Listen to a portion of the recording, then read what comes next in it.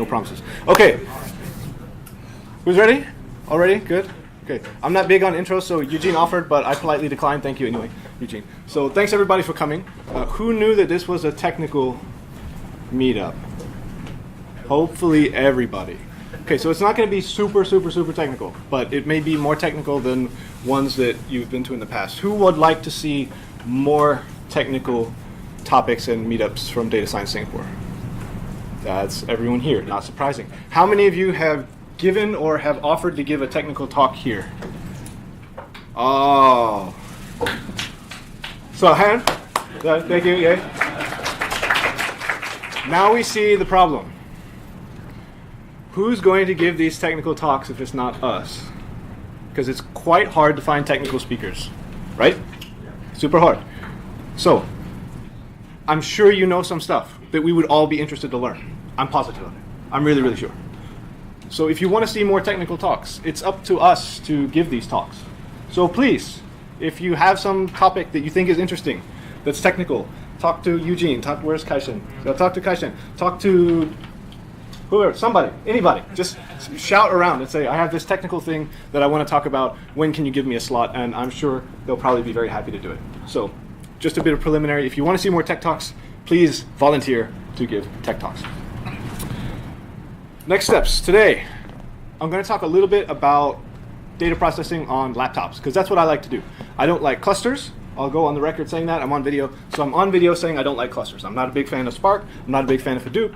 They're really good tools when you need them, but most people don't, most of the time. Some companies do, but not always. And my claim is that you definitely don't need them for machine learning.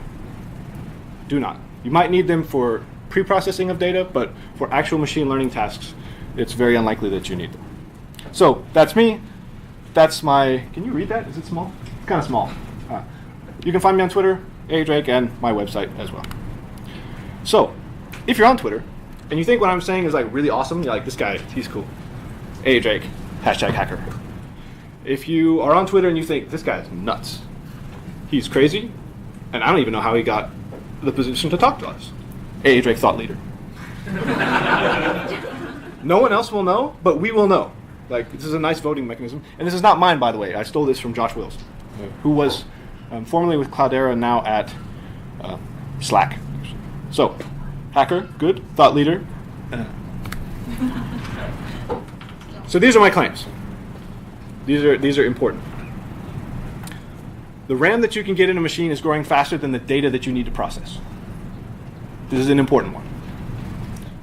There are lots of techniques that you can deal with so-called big data that don't involve these big systems like Spark and Hadoop and stuff. And yes, I know you can run Spark on a local cluster on your laptop. I don't mean that. I mean the big stuff. So you can do everything on one machine. I do everything pretty much on my laptop all the time. This you may not be able to see. We can't kind of see it. This is a slide from Cray. Who knows what Cray is? Does anyone know this? You're laughing, so I know you know. Okay, how many? One? They build really big, fast computers. And they've been doing it forever. I don't know, like 40 years or something. One of the recent ones that they released had could accommodate 500,000 CPUs, which is really a lot. So my favorite part about this slide is the little part in the bottom that says, Cray confidential, do not distribute. That's like maybe my second favorite. But what I thought was really cool about this was if you look at some of these claims, and you do like data science work in industry, you've seen some of these. So you have all these different processing systems and the data is siloed and it's everywhere and it's hard to get to, and oh, this team has this data and that team has that data. Thank you for being on time. You're awesome. We're not shaming you publicly. I'm supporting you.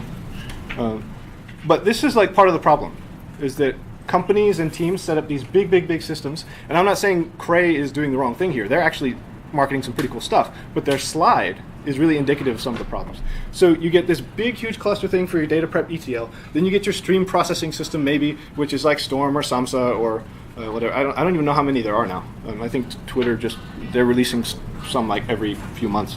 Then you have data mining stuff. Then you have some interactive query thing, which is like your Teradata or your data warehouse or whatever. And all these things are separate, and usually the data doesn't agree and things like that. So the idea is that instead of having bigger machines, we'll be a little more intelligent about how we how we do this. So what if you have too much data? And too much is subjective. So there was a Kaggle competition recently. I think it just ended like a day or two ago, or maybe today, for Expedia hotel recommendations. Was anyone looking at this? Am I the only one here? Who here has ever done a Kaggle competition? Just so I'm curious. Okay, so quite a lot. Quite a lot. Okay, cool. So there was one today that just ended for Expedia. I think the data set was about 4 gigabytes, plus minus, was it? And when I looked on the forums like a couple of weeks ago, and some people were asking questions, how can I process this data so much? How do you start up a Spark cluster on Amazon? And credit to them if they're doing it for fun, for learning. That's awesome. But I mean, this laptop, by the way, is not new. It's like 3 or 4 years old, and it's got more than 4 gigabytes of RAM in it. So I'm confused about why they were asking, but it's a very common tendency that I've seen on Spark or on Kaggle, that people want to use Spark, they want to use Amazon, they want to have clusters and do all this stuff. And well, one thing you could do is just add more RAM. Is that an option? And you can kind of see that. This is the frequency of people who have worked with certain size data sets.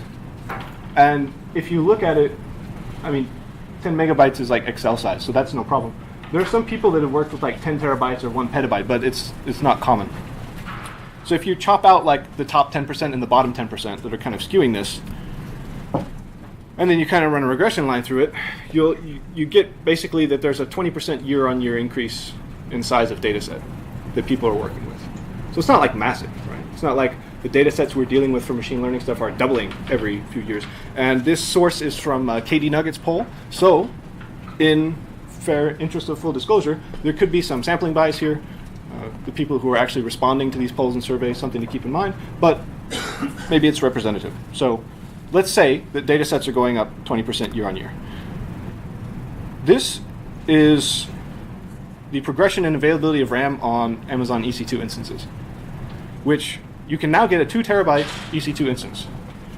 I would be super surprised if you have 2 terabytes of data that you need as your working set for your machine learning. Maybe you do. Does anyone here have 2 terabytes? I don't. I'll say. Does anyone have 2 terabytes of data they like need for machine learning stuff? Not just 2 terabytes ever, because maybe you have like movies and stuff. But anybody? I don't.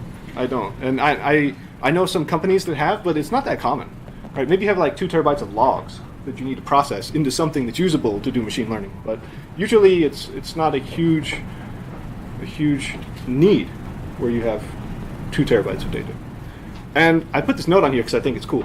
Tyan actually has a new system available that you can put 6 terabytes of memory in. 6 terabytes of RAM. Like, that's a lot. When I looked at the case and all the RAM slots, like, the case is mostly RAM slots. It's insane. It's insane. So even if you use EC2, you're getting like 50% year-on-year increases in RAM size, which is more than 20%. So clearly one option is just add more RAM. But that's kind of lame, right? That's the argument about vertical scalability versus horizontal scalability. So who here has heard the word scalability at work or school or something in the last 3 days? Yeah, it's crazy, right? Everyone's saying that word. It's kind of odd. So usually when people are talking about that, they're talking about horizontal scalability. We want to add systems and we want to be scalable, and oftentimes they're using it in the generic sense that they want something to be fast, or they want it to be fast even when we get more data, or fast even when we get more users, or something like this. But that's not always needed. So one of my favorite steps is just ignore some of your data, or as statisticians call it, sampling. So just ignore some stuff. The classic case of this, there are many, many, many cases. So if you have terabytes and terabytes of log data, like, for example, clicks and views for online advertising. Does anyone here work in online advertising or something like it? Nobody here works in online advertising? Are you just embarrassed? I worked in online advertising before. Okay, one. I feel you. Sorry? Sorry? There was. Okay. Was it Vito? Okay, last year, right? Yeah. So just as an aside, if you don't do Kaggle competitions, it's a good idea to check it out. The problems are, it's kind of a bit contrived, right? Because the data's already been processed, so a lot of the legwork's already been done for you. But you can experiment with a lot of different machine learning techniques and feature engineering and all kinds of other things that might be really useful. So if you haven't tried out Kaggle Competition, I suggest you check it out because it might be helpful. So yes, there was one last year for Avito, which was about click-through rate prediction. And most ads don't get clicked on. I mean, I don't click on ads. I have ad blockers. I don't want to see them. They're not relevant or interesting for me, and they take up my bandwidth, and they make my browser slow, and it's just not great. So no surprise that few people click on ads, but I mean really few. 20 people in 10,000? That's not that many. So if you have a data set of clicks and views, you can get rid of like 90% of the views and still train a classifier on that data set, and it'll be fine. You're not going to have to worry about it. You can literally throw away like 90% of your data and use the remainder as your train set, and it will be okay. Now, that's a very coarse way to do it. There are a lot of theorems and stuff in mathematics that you can dig into if you want to have guarantees about your subsampling and how you do it, and if you want to do undersampling, or if you want to oversample underrepresented cases, and all this kind of stuff. But for this particular example, you can pretty much get rid of your views and be fine. You look skeptical. Are you skeptical? Okay, I thought you were looking at me like, no. That's the way I look at people, sorry. That's good. It's always good to be skeptical. That's good. Oh, by the way, if anyone has questions or something that you want to bring up along the way, please do. This is not really a lecture. This is more like a knowledge sharing thing. So if you have questions, that was fast. How do you know it's a representative of the sample? When you say you throw away 90% of the data, how do you exclude? Because if the difference is so big, like in this case, 20 clicks per 10,000, I'm not going to worry about whether or not it's representative. Because the probability of having click is so low that you can get rid of the views. If you just take away a random sample of the views, it's not really going to matter that much. Because your classes are so unbalanced. It's not like 60-40 or something. It's like really, really skewed. Yeah.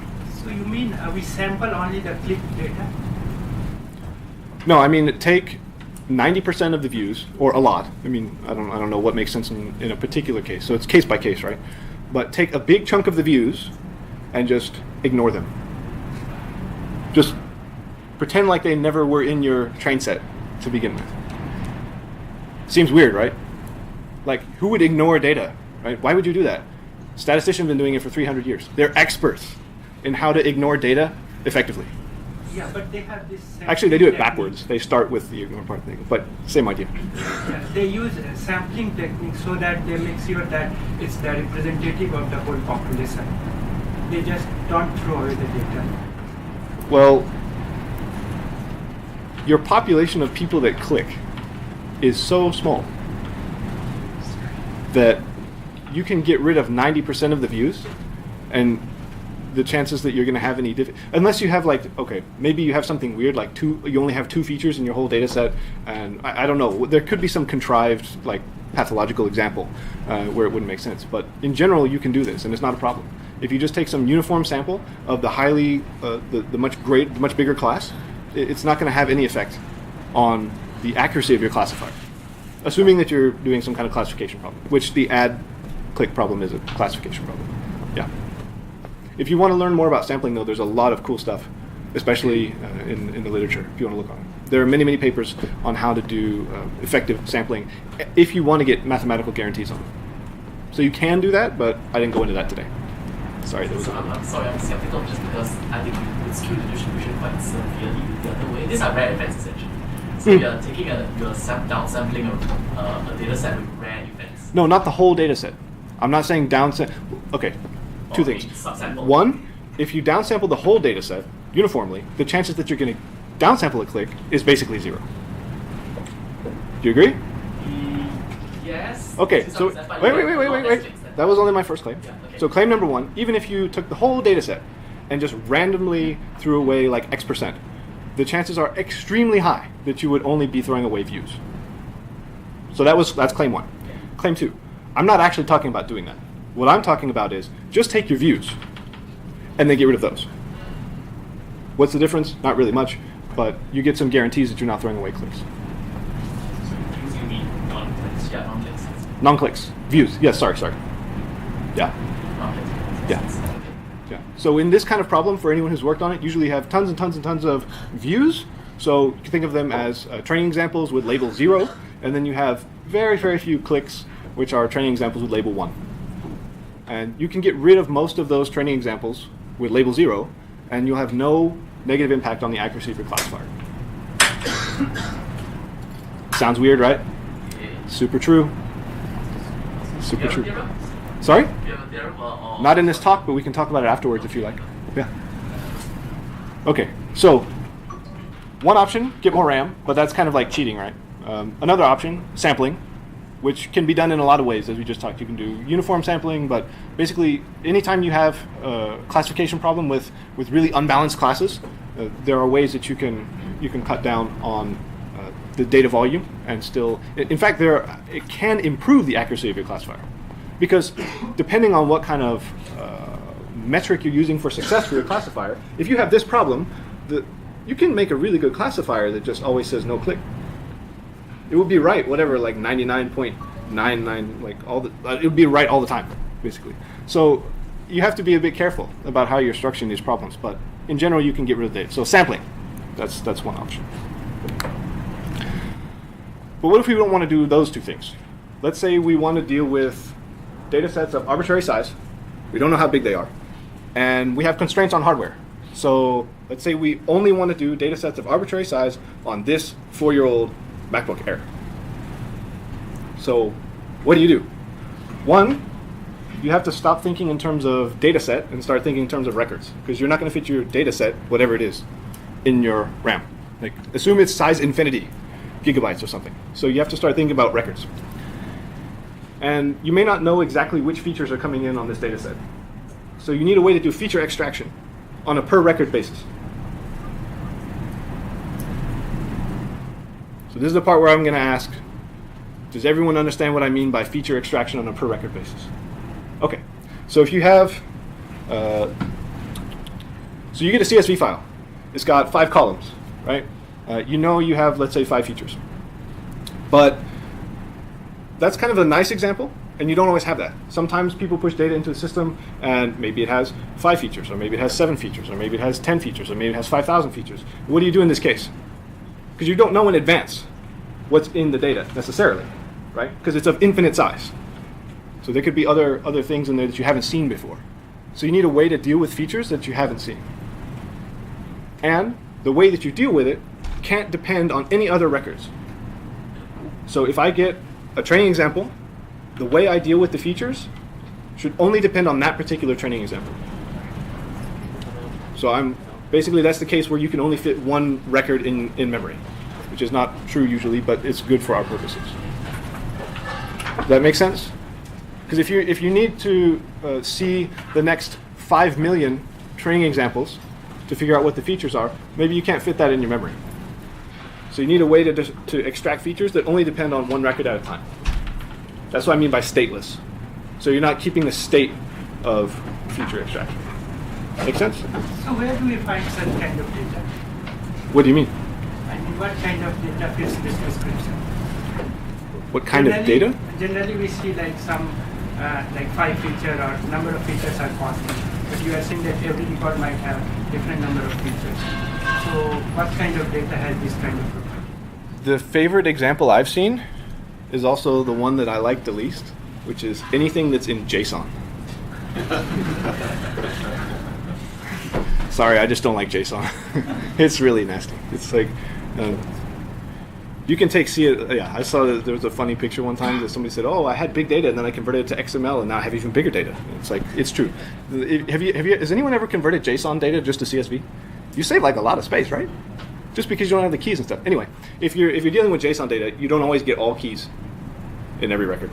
So sometimes, depending on the system, people will send keys with some kind of null value, but it's not really required for JSON, right? So you don't actually know in those cases. So you need a data source, which you can think about as a stream instead of a big file. That's one thing. You need a way to process your features. without knowing what came before or what came after. And you need some kind of model which can support incremental learning. And what I mean by incremental learning is you have a model, you give it a record or some records, some examples, some training stuff, and it learns those. And then you give it more, and then you give it more, and then you give it more. And once you have these three things, you're actually not limited anymore by what you can do with your machine, because you can process a stream, you don't care what features come in, and your model actually doesn't care how many records you give it at one time. So you can give it one record at a time, over and over and over again. So if you have those three things, you have a lot of flexibility on the size of the training set that you can manage on the single machine. Okay, data source. Let's talk a little bit about functions in Python. So somebody asked what the language was going to be in the talk. Are you here, whoever you are? Yeah. Ah, Python, right? Yes.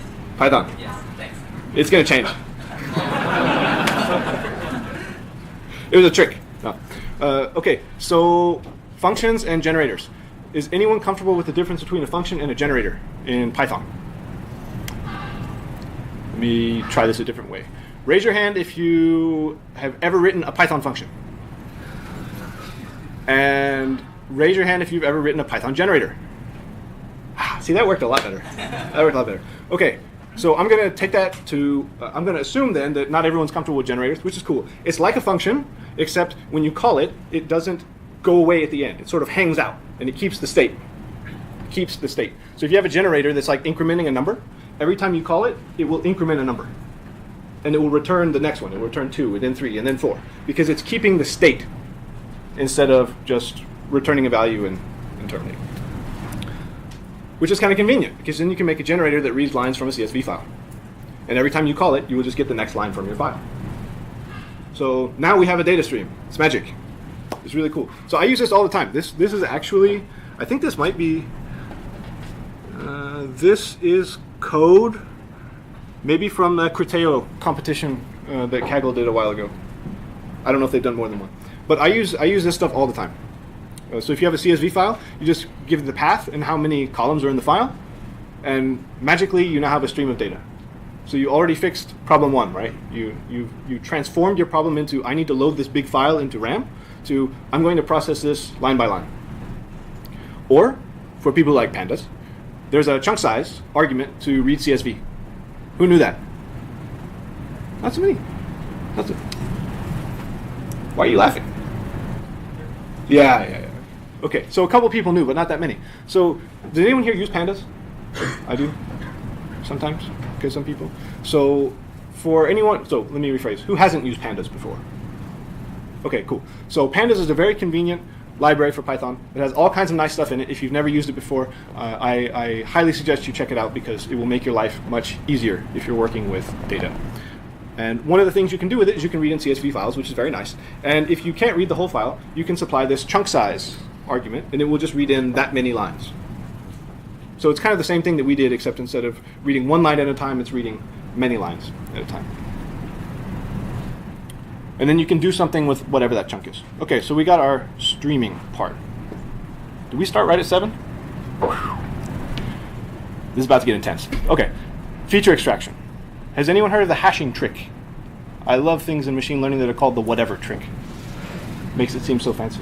Okay, so the idea is you take your features, you hash them, and you use those values as an index into an array containing your weights for that feature. Did I get it right? Did I get it wrong? Who's heard of the hashing trick?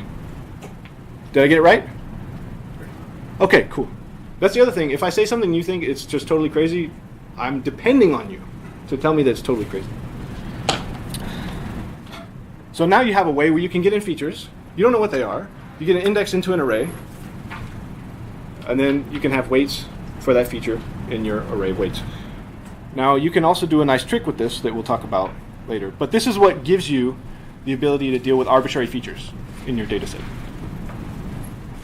And if you think about it, it makes sense, right? Because if you have like 3 columns, like first name, last name, location, the information contained in first name Adam, if you just concatenate that together, this the same amount of information. And if you hash it, assuming that that hash is unique, it's the same amount of information. So there's no information loss that's happening here. You will get information loss if you have hash collisions, but we won't talk about that. So this is a very nice thing to do. I use this all the time. All the time. So hashing trick. If you haven't checked it out, definitely check it out. And then the third step was we needed models that support incremental learning. And actually there are quite a few of them. So who here has used scikit-learn? Maybe about the same people, no, same pandas and scikit-learn seem to go well together. So all these are in scikit-learn, and they support incremental learning. So what that means is they have a partial fit method, and if you use the chunk size argument from pandas, then you can supply that chunk to the partial fit method of any of these and be just fine. So now we have all three things that we needed. Caveat: not all the models can deal with with arbitrary features. Some models need the set of features to be declared in advance. So just be careful if you're using some of those models. However, if you're using SGG classifier and regressive, those don't care. So you can just throw whatever you want into those models and they'll be totally happy to learn for you. Or you can just write your own, which is kind of nice. It's not that complicated, and it looks chopped off, which is awesome for this projector. But still, you can see the code. I think it's like 13 actual lines of code, and this is not my code. This came from I think it was the Criteo competition on Kaggle. There was some very cool person who posted this on the forums. It was like beat the benchmark in 200 megabytes of memory, something like that. People are laughing, probably remember reading it on the internet and face palming because I was doing some crazy stuff with like Phopal Wabbit, and then they posted this. I was like, okay. So this is actually will get you in a top X% place in Kaggle, and it's like 13 lines of actual code. So this is stochastic gradient descent with logistic regression. No fancy stuff there, and can't really see the log loss, but it's like 0.463, which was pretty good. But the problem is it doesn't use all the cores because it's Python, right? So it's going to use one core on your machine, and if your machine has 4 or 8, or if you have like one of those big servers with 6 terabytes of RAM, maybe you have 100 cores or something, or if you have one of those cool CPUs, those what are they, Power 8 CPUs or something from IBM that have like 96 different threads, you won't be able to use those if you're using Python in a default, in a normal way. The problem with this is it performs well, so the log loss is 463, but you can't really see. I think it's chopped off. The runtime on my laptop's like 1 hour and 7 minutes, which is, it's okay, but for people who do a lot of data analytics work, one of the things that really slows you down is the lag time between running your models. So if it's like 1 hour plus every time, that's like the old school version of I can't work, my code is compiling. This is like the modern version, well, I don't know, my model is training. It's that kind of thing. So the faster you can train models, the better. And there are other ways you can do that. You don't have to train on the whole data set. You can do some sampling stuff like we were talking about earlier. But if you want to run it on the whole set, on my computer, this takes like over an hour. Kind of long. So ideally, I'd like to be able to use all my CPUs, which I was not using in the Python version. And if I share any memory, I want to use locks to make sure that I'm not writing to the same area of memory from different cores at the same time, because that can be bad. But this was a question from Kaishen. What about the GIL, the GIL, the Global Interpreter Lock? Anyone ever battled with this in Python? A couple people. Now we're getting into more esoteric territory. This is good. This is good. So in Python, when you're executing all these instructions, the Python interpreter has a nice little lock that will only let one instruction execute at a time per thread. So if you run Python whatever, your script, one instruction at a time. So if you have 8 cores on your machine, it's not going to use those other cores normally, even if you spin up more threads. But that's the important part, is that this is per thread. If you have a totally separate operating system process, like if you have 8 interpreters running, then you're actually okay, because each interpreter will have its own interpreter lock. And all you have to do is share the memory. All you have to do. So there's this nice library in Python, multiprocessing, which you use to do this, to spawn these multiple processes so you can get around this global interpreter lock problem. And there's a nice structure in there called raw array, which gives you a raw C array in memory that can be shared between these processes, which is quite nice because now it seems like we're starting to get around all of our problems, right? Like we bypass this lock, we're going to use all of our cores, we're going to make it faster, we have access to shared memory, which is really fantastic, and we can run multiple processes. So if you run it, you'll get this. So this is like 10 processes. Each one gets access to the same chunk of memory and just increments some integer of whatever process number they are. Basically just to show that all these processes are accessing the same memory. So it's not that hard. And once you do that, you can have a queue. If you remember before, we had those records that we were generating from the file. You can put those records in a queue, and then all of these processes can pull from the queue and do the work in parallel. So it sounds pretty sweet. It can look just like this. It's not very hard. But that's actually slower. That's slower. So even though you're using all the cores now, it's slower. So when something is slower, more experienced tech people, what's the first thing you do when something's slower? Oh, come on. Somebody's got to answer. What do you do when something's slower? Kill the process in the top. Yeah, that's step 0. Good point. After you kill the super slow process that's annoying you, what do you do? And don't say go have a beer or something like that. Like, what do you do technically to try to fix it? You're maxing out your CPU. Yeah? Yeah? I mean, if you're maxing out your CPU, is it like an I/O problem? I don't know. That's the point. We don't know. So what most people do is they just start changing stuff. Bad idea. First thing you do is always profile. Always profile. So I profiled that code. Why is it slow? Let's run profiler and see why. I don't know if you can see, but this is the code, and it's calling out to raw array, which takes, you can't see it because it's fuzzy, it takes like 0% of the time, and some other stuff. And then there's put, to put the item into the queue. So we created that queue, right? And then we were putting stuff in the queue. So the workers could do it, could work on it. And this put method is taking up, you can't see it, but it's taking up 74% plus minus of all the runtime. So my cores, my CPU's cores were 100% maxed out, fighting to put stuff in the queue. Why? If you follow over to that yellow box, that says method acquire of blah, blah, blah, semlock. What that means is that that queue has a lock on it, and all these processes are fighting over who gets to use the queue. So the main process is trying to put something in, the other ones are trying to take something out, and there's all this stuff going on, and they're all just sitting around fighting over this lock on the queue. It's often called lock contention. It's a big problem. So awesome, I made my multi-core Python code that can process this stuff really quick, but it can't process it really quick because even though I bypassed the interpreter lock, there's still a lock on the queue. If I want to get around this, I need to do some really complicated magic, probably with some C module in Python, so that I can have a queue without a lock like this. And now we're getting to the point where it's starting to be silly to try to do this with Python. Now we're going to change. Sorry. But there was Python, right? So it's okay. So this happens to me.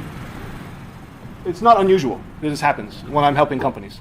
So for those of you that don't know, most of the time I don't get to write code and work on technical stuff. Most of the time I help companies with leadership, operations, organizational structure, and all that kind of thing that you would expect somebody from McKinsey or whatever to do. That's what I normally do. I advise growing mid-sized and large companies on how to do those things. But sometimes I get to play with tech stuff. And when I do, I run into things like this a lot. And if you're using something like Python, which is awesome, I mean, you can see I even got stickers. I'm actually not a sticker person. I just did that because I wanted to get rid of the stickers. I use Python a lot, but there's a point, and this is an example of a point, where it doesn't make any more sense to use Python. You're at the end now. You got to move on. Yes? So I'm not familiar with Jython. Have you tried using that? So Jython, so this is a nice question. Jython and IronPython do not have a global interpreter lock because they run on the JVM and the .NET, whatever, what's it called? .NET thing? Yeah, but it's the something runtime ACR. I don't remember the acronym. Anyway, so IronPython and Jython do not have the same global interpreter lock problem. because they don't suffer from that. However, I bet you if you try this code, you'll still see they have a lock on the queue. Still see they have a lock on the queue. And there's no easy way to get rid of that. There's no easy way to get rid of that. But I didn't try it, to be fair. To be fair. How about Python? Python. So if you created your own queue data structure that was lockless somehow, and you did this in Python or in C or whatever, and you use this as a module to your other Python code, you could do that. But in Python, I don't know if it'd work. If you write it in C and then use it as a C module in your Python code, then maybe it'll work. But in Python, I'm not sure. In Python, there's a with statement that allows you to bypass the global interpreter lock. But I don't know. I mean, you probably still have to write your own data structure from scratch. And at that point, I would argue, you're just give up on Python, man. It's like it's not gonna, like, no one's gonna come to you, like the Python, like Travis Oliphant and Guido are not gonna come to you and be like, why'd you do this to us? You betrayed us. Like I go to C++ using Python extension. Okay, yeah. So if you start doing stuff like that, then you have a lot more options. But most people, I'm guessing, like all the people here basically, are not going to write C modules for their Python code just so they can have access to a lock-free queue. That's kind of a lot of work. Yeah, what tool did you use? So this is the profiling tool from PyCharm. PyCharm. So if you don't know it, PyCharm is a development environment for Python from JetBrains. I used the community edition for a long, long time, and then they changed the licensing, and I got really angry. And then they made a modification, and I got less angry, and I paid them for it to show them how less angry I was. So, but they make good stuff in general. I like PyCharm a lot. So, it has a built-in profiler, so if you have code, you can just say profile. And I mean, you can do this without PyCharm. You can do profile. You don't need PyCharm to do it, but it's integrated. So that's the tool that I use. So I switched to Go because I like Go. Does anyone know Go? Go language from Google, a couple people. Okay, I like it a lot. It gives me a lot of things that I can't get from Python. The multi-core support is better. Concurrency, la la la. We can talk about it later. The Go people, I'm sure, will be happy to evangelize, right? Okay, cool. So what I did was I basically rewrote the code in Go, which wasn't hard. It took like 20 minutes, and you can't really see because it's chopped off on this screen. But it's not really any longer. In fact, maybe I can do this.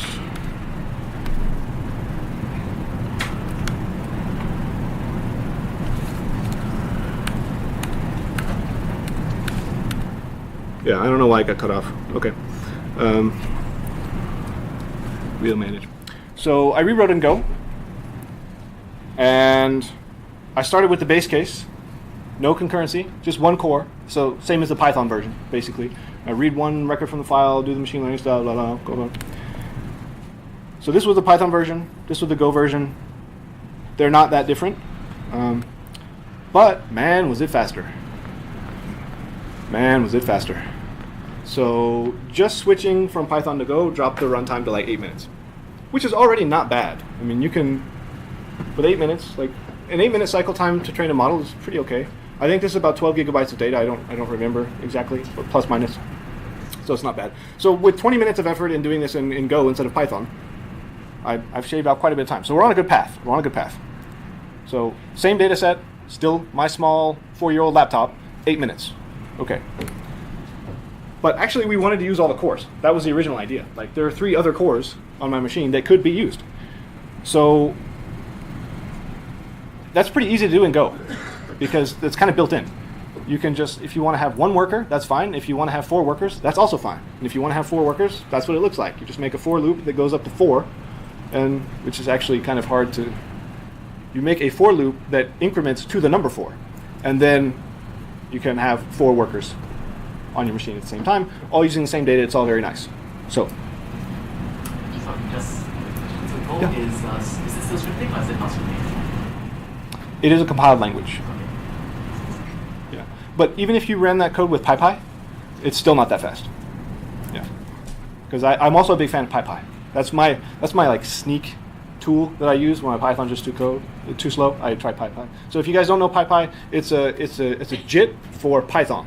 So as long as you're using like standard Python code, it will just in time compile your Python code while it's running, and it can give you really, really good speedups. So if you haven't checked out PyPy, I can highly recommend it. As long as you're not using a lot of libraries because the library support isn't always 100%. Does that answer your question?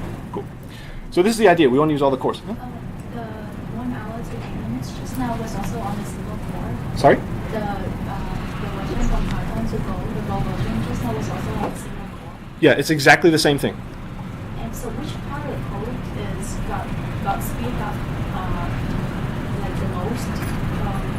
So you have jump rate, and when you profile that, there should be a part where it takes. That's a really awesome question. I was so happy that it was faster, I didn't check. I mean, I'm just being honest. But that's actually really good. I didn't think about it. I really didn't think about it. That's my fault. I should have said, okay, well, why is this faster? But I was like, oh, it's so much faster. Yay. But, okay, so if I had to guess, just a guess, I would say it probably is string parsing and arithmetic operations. Because when it pulls the records in from the file, it has to split on the comma. And that's actually kind of a nasty thing for code to do. String parsing is always nasty. I think I just complained about that on Twitter a while ago. Yeah. So I don't actually know why it was faster. But that's an awesome question. I think tonight I will find out. Come to me afterwards so that we can talk, and then if I find out, I can tell you.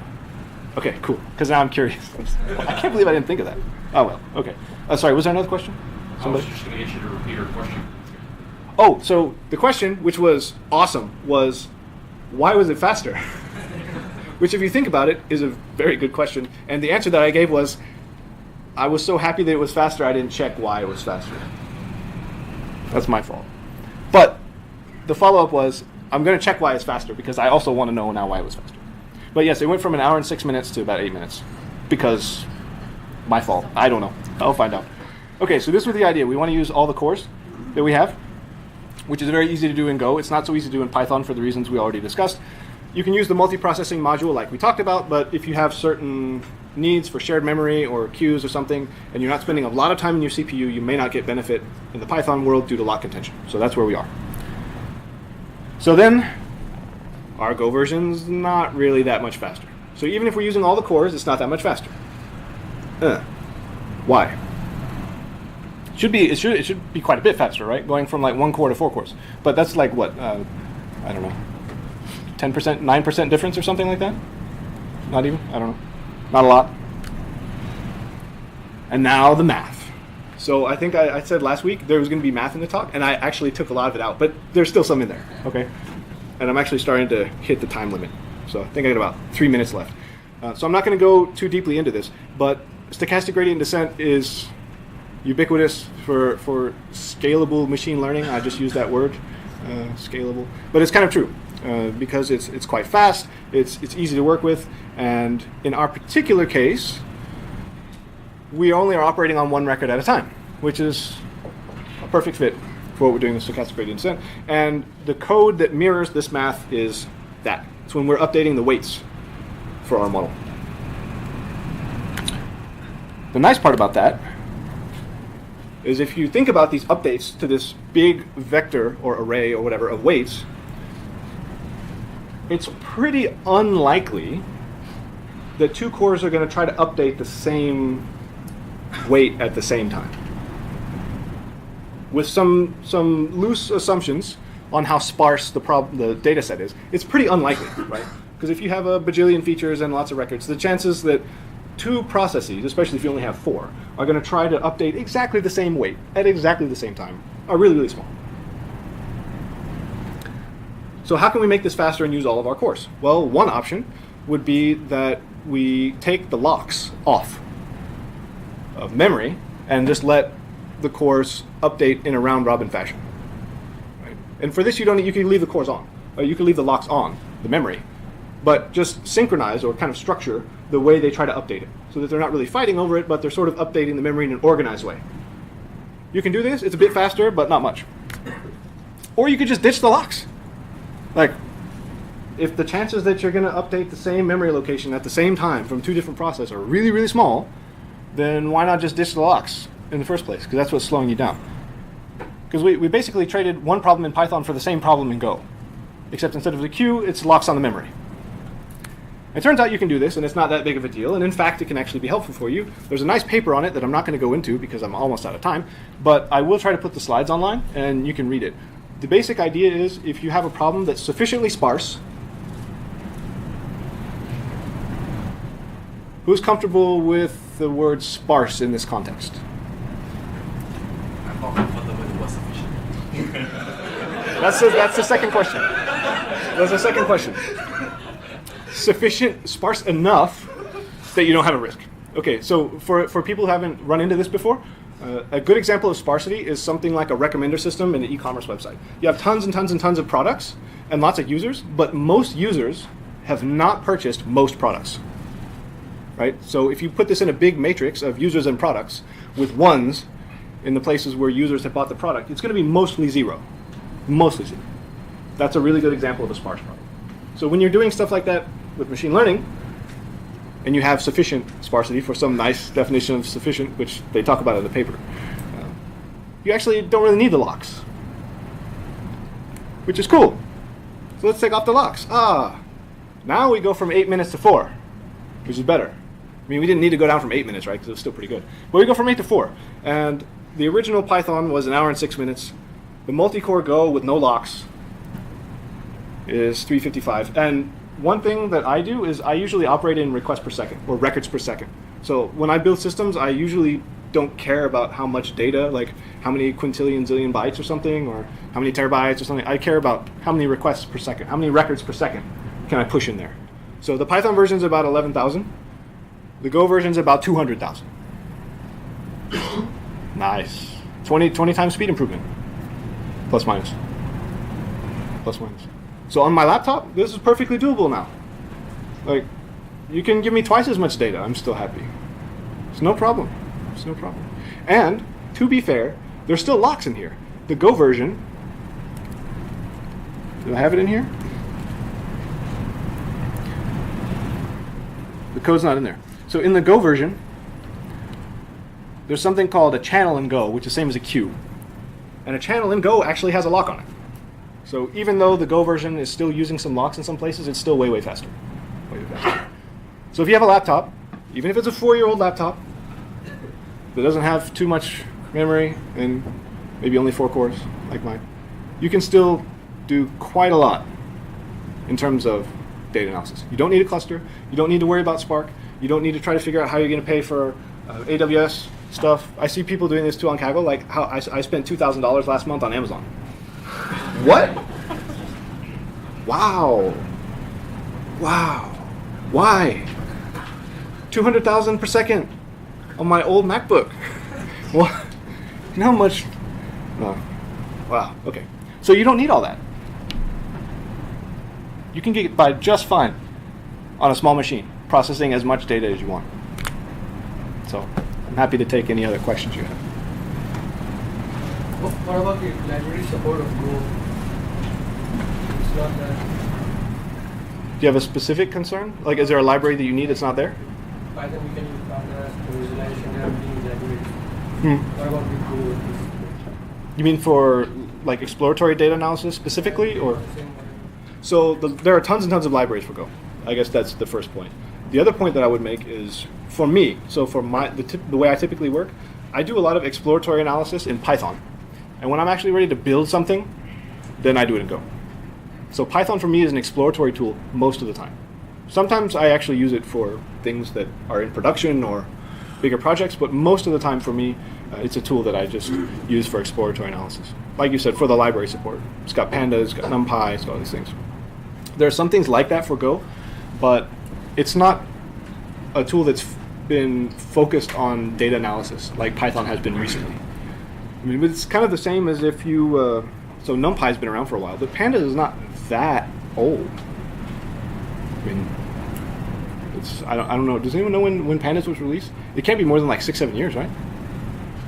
I think it's about 6 years, plus minus. So until 6 years ago, there was no Pandas for Python. And I haven't found it to be a hindrance. But if you're doing exploratory analysis, you're still understanding your data and what you want to do with it and what kind of models might work, then it's really hard to beat Pandas and scikit-learn. It's really hard to beat it. There was another question. Why the values of logless are different? They are the same. because the hashing functions are different. So when I talked about the feature extraction, sharp. I was wondering if anyone was going to catch that. So in the Python version, do I have the hash in there?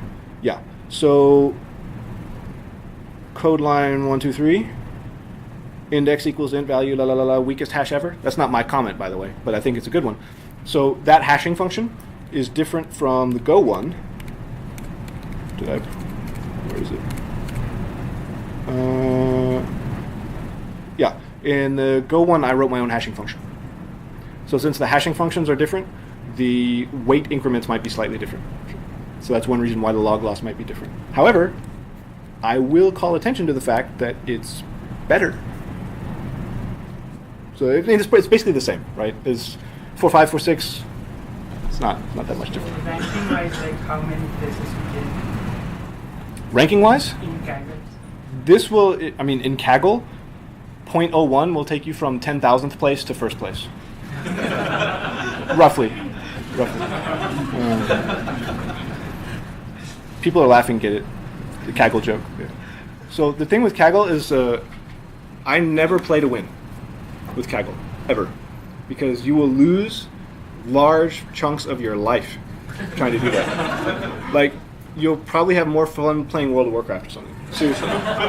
Seriously. You may develop a larger social community online that way. You might learn more doing the Kaggle one. But anyway, the point is, like, Kaggle, as I mentioned earlier, is really contrived, right? You're getting a data set that's already been prepared, it's already nice, the loss function is given to you, you know how you're going to be evaluated, everything is very straightforward, and then there's a leaderboard so you can like rank against other people. But what happens is once you get above, so I usually go to like the top, I don't know, once I get to about the 80th percentile, 70th percentile, something like that, after that, no point. Because in the real world, you're not going to do that. In the real world, if you're actually solving an actual data problem in a company or at a university or wherever you are, they're not going to let you spend 4 months getting a 0.001% improvement in your model. Nobody cares. Like, what they're going to ask you is it better than what we have? Okay, deploy it. And that's going to be it.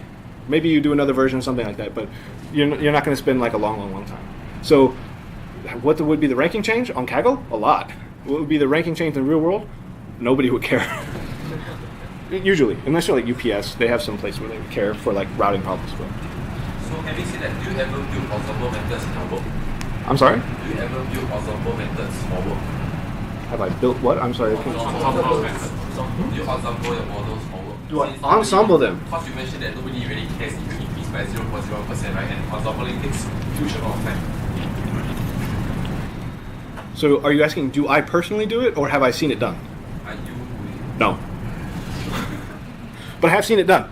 There was a company that was using a cluster, Spark cluster, of not a huge one or anything. It was like 6 machines or something, and they were spending about 25 hours of compute time with Spark to like process all these models and do cross-validation and all these kind of stuff, and then ensemble them together at the end. And it was quite cool what they did.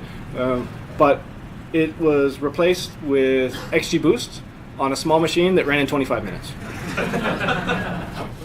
So that's pretty much what I do in a lot of companies when I help them with technical stuff. I like to make the joke that I've shut down more Hadoop clusters than I've ever set up. And it's true. And that's an example of it. Sometimes people start with a really big approach to this problem, but you don't need it. I mean, just like we saw tonight, you can do a lot with a laptop. This is not a powerful machine, right? It's just a regular like 4-year-old laptop. And I typically don't ensemble models in the real world, for me, for the problems I've seen. Does anyone else? I mean, is there anyone here that's seen significant improvements from ensembling models? Does anyone know? On Kaggle, yes. Yeah, but that's like pretend world. That's like pretend world. Yeah, for Kaggle, yeah, because you're fighting over that tiny improvement. But for real world, I've never seen it. Maybe some people do. What about data sets with hundreds of features? Sorry. Does it make a difference? Sorry? Data sets with hundreds of features. Hundreds of features? Does it make a difference? What make a difference? I don't know. Like, have you tried with data sets with hundreds of features? Like this method? Yeah. Oh yeah, that hashing trick is perfectly fine for that. And the other thing I like about it is when you're using that hashing trick, you're pre-allocating how much memory you're willing to use for this problem. So it's quite sneaky. Maybe it didn't show up in there. You want to look at the Go version or the Python version? Probably the Python version. Okay. So on that third line, there's like int value plus key la la la la la mod d. And what I'm actually doing is I'm saying I want to use 2 to the d slots of memory for this. So I can say in advance I want to use 1 gigabyte, 5 gigabyte, 8 gigabyte, whatever gigabyte memory. And then when the features come in, it's going to hash them mod whatever. So if they don't fit in there, it's going to put them somewhere else. So you may have collisions with your features, depending on how much space you're willing to use, like hash collisions or memory location collisions. But that's okay. It usually doesn't cause a huge problem. Now, if you say I'm only going to use 2 bytes of memory or something, then yeah. But in general, no. In general, it's no problem. You can put many thousands of features, actually. And that may be more of a model question, like which models are able to handle many features and automatically deal with ones that are less important, more important. So like regularization or these kind of things. But in terms of the hashing capability, no. No problem. I mean, the overall technique of improving speed. Yeah, it won't matter for this one. It will run at the same speed. Okay. Yeah, because if you have many features, it's still going to hash them into the same memory locations. So it won't matter. There was...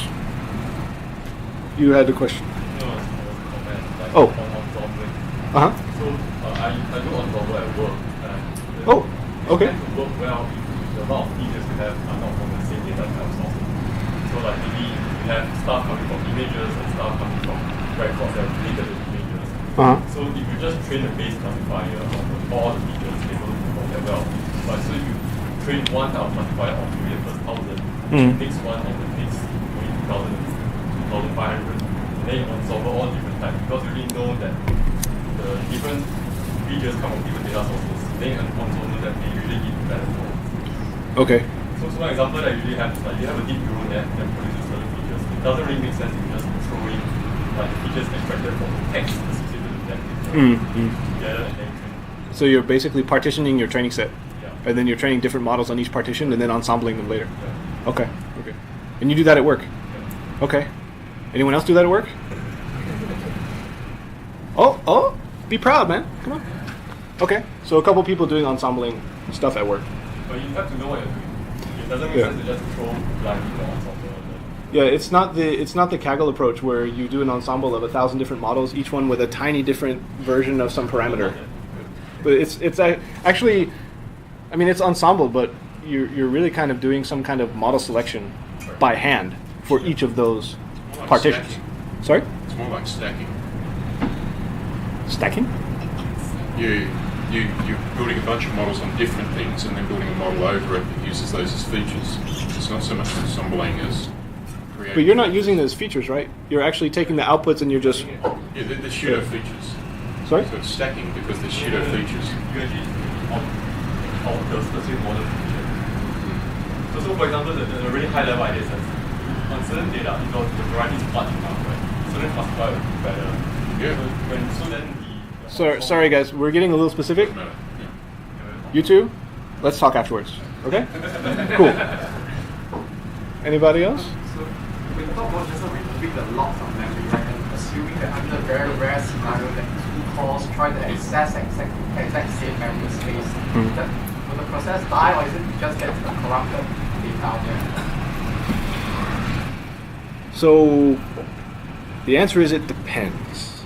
Because, I mean, it's like a more deep technical question, but if you have a CPU that supports certain atomic operations on your memory, common ones are like increments, like an atomic add, or add 2 numbers atomically, something like this, add something to a memory location atomically, then in some sense you still have a lock, but it's enforced by the CPU. So one CPU operation actually does that add for you. So it's impossible for 2 processes to do that at the same time. So you're basically moving this lock out of your code and maybe down to the architecture level of your machine. But I was actually debating, whatever you want to call it, with somebody a couple days ago about whether or not that's an actual lock. because it's like one CPU instruction, right? So is it still lock? Maybe, I don't know. But in general, it's not an issue as long as your CPU supports those atomic instructions. If it doesn't, then like if I built a system that doesn't use locks like this on an architecture which doesn't have the atomic operations, shame on me, right? Because I made a bad choice. Like as a developer, as an engineer, as a tech person, whatever you are, you have to be aware of the architecture that you're using. But in general, it's not a problem. No. Yeah, so I was wondering whether you've tried higher order what's this called, optimization methods instead of just stochastic gradient descent, because in theory things like this method would be a lot faster in terms of convergence. So would that actually, especially for a single computer, would that actually be significant? So I'm jogging my memory now. So Newton's method converges faster. Yes, I think it's a quadratic method versus linear methods for most of It does converge in fewer steps. Yes, but so it should converge in fewer steps. But the processing requirement for each step is quite heavy. That's possible. Not sure. Yeah, you're right that Newton's method will converge faster in terms of steps, like how many steps. So the linear method, or like if you use SGD, it will converge more slowly. Right. But the computational requirements to execute one step in Newton's method can be quite heavy, if I remember correctly. Right. So we can check afterwards. But I haven't looked into that in a long time. So I can't remember the details, but I seem to remember that being the reason. So if you have less data, then yes, Newton's method can work quite well. But if you have not a lot of data, it's maybe not the best option. Which in this framework where we don't know how much data we have, right? It could be 10 gigs, it could be 1 terabyte, we don't know. So if you have like 1 megabyte of data, maybe Newton's method is ideal. But we're not making the assumption that we know in advance how much data we have. Okay. Yeah. What is the best in this case? You are saying that Hadoop or Spark cluster makes sense.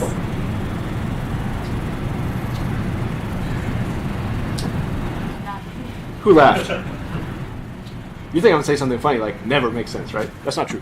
So it does make sense where you have like a really large amount of log data or something like that you need to pre-process so that you can then do machine learning with it. So if you have like, I don't know, petabytes or something. I don't have petabytes of data. If you have a lot of data, it can make sense. So that is for ETL. Let's Yeah. not for Oh, so excluding ETL stuff, when does it make sense? I've never seen it make sense. There may be cases where it does. I mean, I've never worked at Facebook. I've never worked at Google. I've never worked at like Twitter, or Microsoft. So like maybe those companies have cases where it makes sense for them to do their actual machine learning stuff on Hadoop or with Spark or something like that. But I'd be kind of surprised because I mean I have acquaintances that work at Amazon and they say the same thing. It's like there's no way you need more than an EC2 instance to do machine learning. Just no.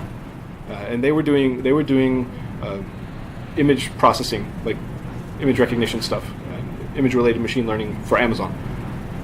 So I've never worked there, so I can't say with 100% certainty, but my guess is that with extremely rare exceptions, there's just no need for it. For the machine learning case. For the ETL case, I think it can make sense. And machine learning includes the feature extraction as well. In this case, we do streaming feature extraction, actually. So our feature extraction, we don't actually have to worry about, because we do the feature extraction when we see the record.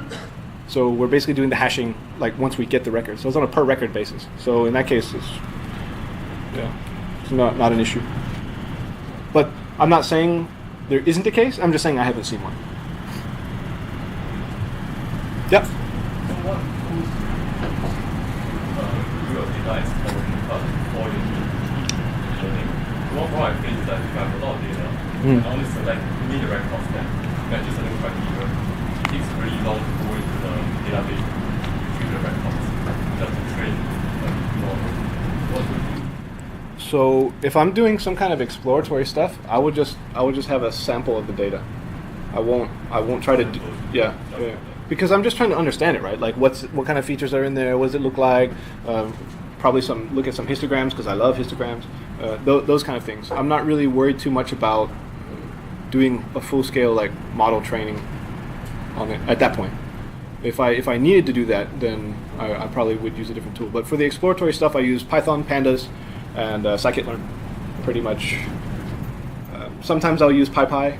There have been times where I wrote some Python stuff for some problems because there were some computational things that were a bit heavy, and writing 5 lines of Python fixed that problem. So that's a good example where extending and using Python more made sense.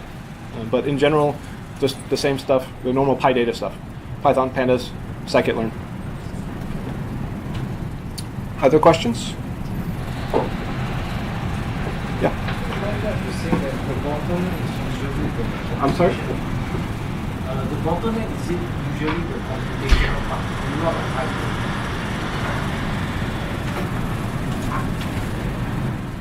The bottleneck of what?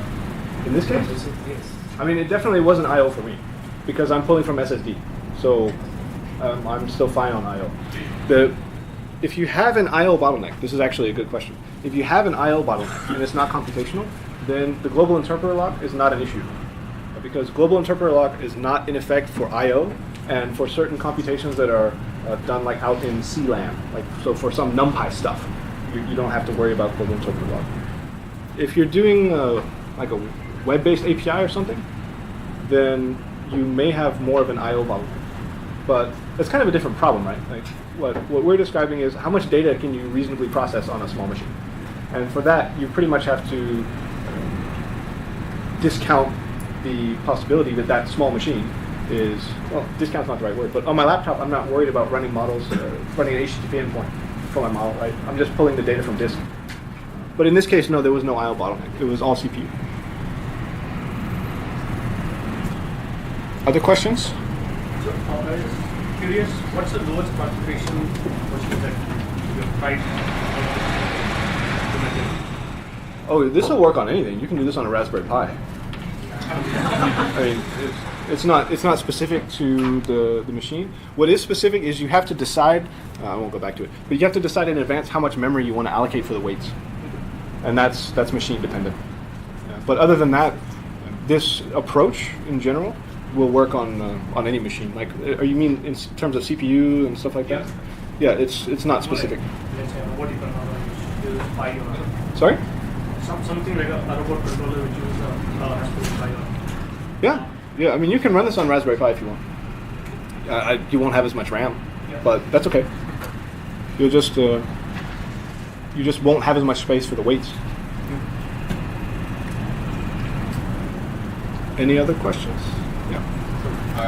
What kind of machine learning algorithms does this approach complement itself to? I think you had a slide, like some Python slide. Right. So, you mean for the feature extraction or for the piecewise fitting? Does it not lend itself to? What kind of problems or which algorithms? Which algorithms does this approach not lend itself to? That's a really excellent question. I can't think of any off the top of my head. I mean, there are some. I'm not saying I can't think of them because they don't exist. I'm saying I can't think of them because I don't know. Does anyone else know? What's the question? Oh, so the question was, are there any algorithms where you can't do this? You can't partially fit them. I mean, if you want to do like regular gradient descent, then you can't, right? Because you have to calculate the whole gradient for the whole data set at once. So that wouldn't work. Sorry? GAM? Generalized additive model? I don't know. I genuinely don't know. Localized smoothing. Sorry? Localized smoothing. But you can kind of get that from some regularization, right? And you can add regularization terms to SGG and logistic regression, and then you get the same result. Maybe we talk after. It's non-parametric, that's why. Okay, maybe we talk after. So the answer is almost certainly, but I don't know. Okay. Other questions? Cool. Thank you very much. This is my information. You can find me around here. Thank you.